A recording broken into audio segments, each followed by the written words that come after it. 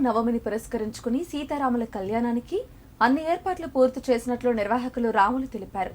సిద్దిపేట జిల్లా నారాయణరావుపేట మండలం జక్కాపూర్ గ్రామంలో సీతారాముల కళ్యాణం అంగరంగ వైభవంగా నిర్వహిస్తామని తెలిపారు.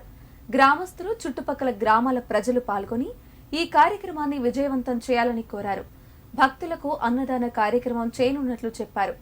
ఈ ప్రాంతమంతా సుభిక్షంగా ఉండాలని, ఆలయంలో పూజా కార్యక్రమాలు చేశామని, 5 రోజులుగా వేడుకలు జరుపుతున్నామని తెలిపారు.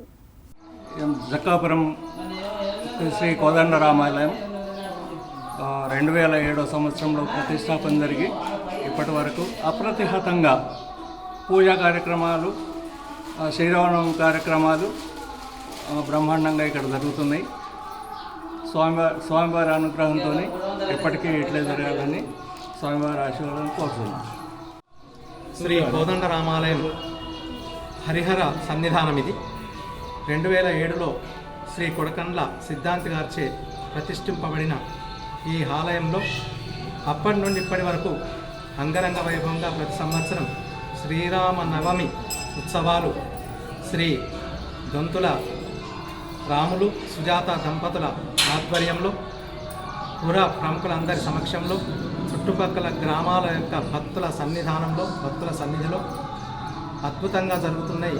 ఈ ఆలయం ప్రతిష్ఠింపబడిన నాటి నుండి నేను ఈ ఉత్సవాల్లో పాల్గొనడం జరుగుతుంది. ఆ అవకాశాన్ని వీళ్ళు దంపతులు ఇద్దరు మాకు కల్పించారు.